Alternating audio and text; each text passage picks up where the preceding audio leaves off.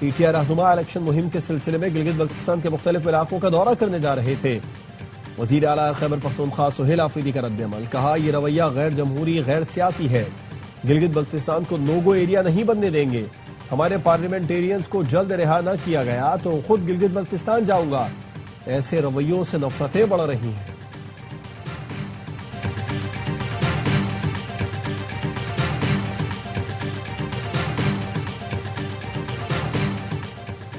قومی اسمبلی اور سینٹ کا بجٹ اجلاس 5 جون کو طلب، وفاقی کابینہ کا خصوصی اجلاس بھی 5 جون کو ہوگا۔ سرکاری ملازمین کی تنخواہوں میں 10% اضافے کی تجویز زیر غور، ذرائع کا کہنا ہے 1 سے 2 لاکھ روپے آمدن والے طبقے کو ریلیف دینے کی تجویز زیر غور ہے۔ سالانہ 12 سے 22 لاکھ روپے تنخواہ لینے والے افراد کے لیے انکم ٹیکس میں کمی متوقع۔ رواں مالی سال کا قومی اقتصادی سروے 4 جون کو جاری کیا جائے گا۔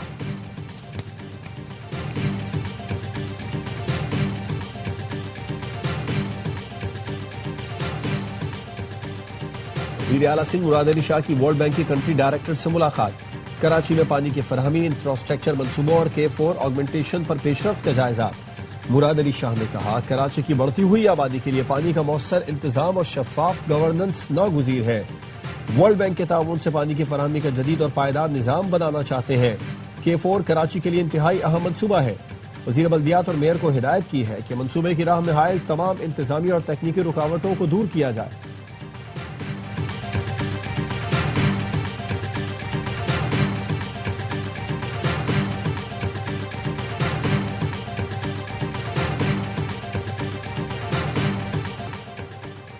سندھ اور بلوچستان کے مختلف اضلاع آج بھی شدید گرمی کی لپیٹ میں، دادو میں درجہ حرارت 50 ڈگری سینٹی گریڈ تک پہنچ گیا۔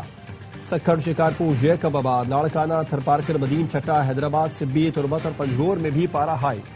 خیبر پختونخوا کے میدانی علاقوں میں بھی شدید گرمی، کشمیر کے پہاڑی علاقوں میں تیز ہواؤں کے ساتھ بارش کی پیشگوئی۔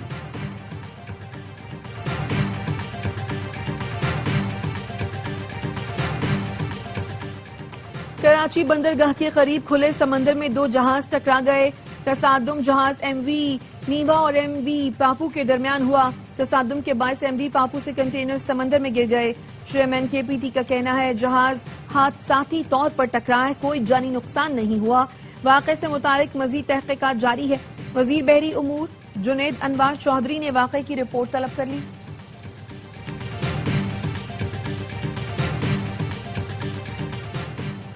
بھارت کی خارجہ پالیسی کی بدترین ناکامی، الجزیرہ نے مودی حکومت کے کھوکھلے دعووں کا بھانڈا پھوڑ دیا۔ پاکستان کو سفارتی سطح پر تنہا کرنے کی تمام کوششیں بری طرح ناکام۔ الجزیرہ کے مطابق پاکستان کو تنہا کرنے کا بھارتی ایجنڈا خود نئی دہلی کے گلے کا توق بن گیا، پڑوسیوں میں بھی تنہائی کا شکار ہو گیا۔ مقبوضہ کشمیر اور سی پیک کے معاملے پر پاکستان کے اصولی موقف کو بین الاقوامی سطح پر زبردست پذیرائی ملی۔ انتہا پسندانہ پالیسیوں اور مسلم مخالف اقدامات نے بین الاقوامی برادری میں بھارت کا چہرہ مسخ کر دیا۔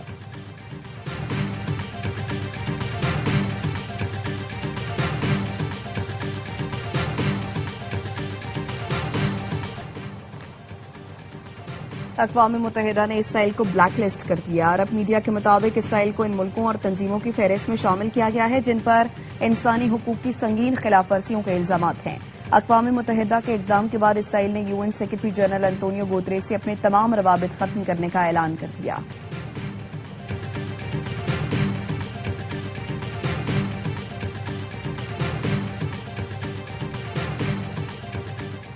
اسرائیلی وزیر اعظم نیتن یاہو کی کھلی دہشت گردی، فوج کو غزہ کے 70% علاقے پر قبضے کا حکم دے دیا۔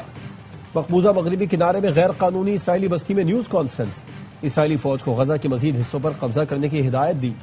کہا پہلے ہم نے غزہ کی 50%، پھر 60% زمین قبضے میں لی، اب میرا حکم ہے کہ 70% غزہ پر قبضہ کیا جائے۔ غزہ کی آبادی پہلے ہی ساحلی پٹی کے ایک نہایت چھوٹے حصے تک محدود کی جا چکی ہے۔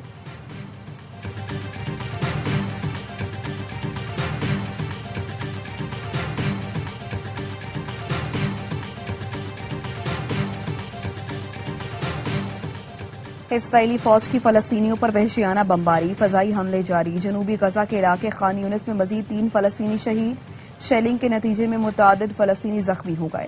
شمالی غزہ میں بھی وحشیانہ کارروائی، یرموک اسٹریٹ پر 5 فلسطینی زخمی ہوئے۔ غزہ والے اسرائیلی بمباری پر برس پڑے، کہا کہاں ہے جنگ بندی؟ اسرائیل مسلسل ہم پر بم برسا رہا ہے، ہم آہستہ آہستہ ختم ہو رہے ہیں، کوئی اسرائیل کو روکنے والا نہیں۔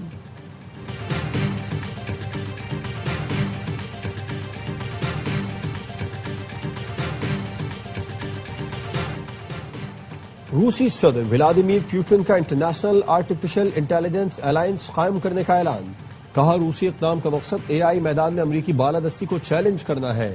نئے بین الاقوامی اتحاد میں دنیا کے متعدد ممالک کے کاروباری، سائنسی اور تعلیمی حلقوں کو یکجا کیا گیا ہے۔ روس اگلے سال خود مختار AI ماڈلز اور انفراسٹرکچر پر گفتگو کے لیے انٹرنیشنل میٹنگ کی میزبانی کرے گا۔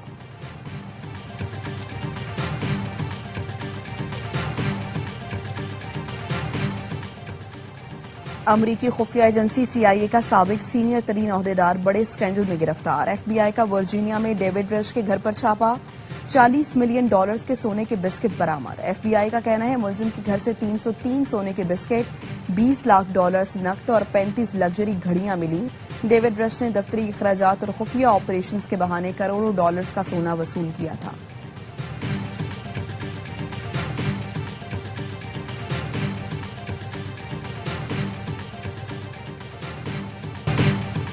ایک سے بڑھ کر ایک پروگرام، ARY نیوز پر بڑی عید کی بڑی نشریات۔ صبح کا آغاز ہوا باخبر سویرا کے ساتھ، اداکارہ مزدہ وقاص بنی مہمان، سیاسی شخصیات نے بھی خوب رونق لگائی۔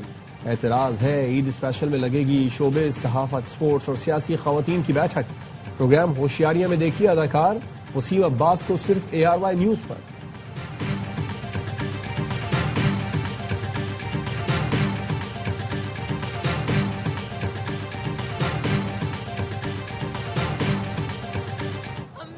سو مووی دیکھ کے آئے ہیں اور بہت اچھی مووی ہے، بہت مزہ آیا ہمیں۔ اچھی لگی اور جو وہ لیسن دینے کی کوشش کریں ہمیں وہ سمجھنا چاہیے۔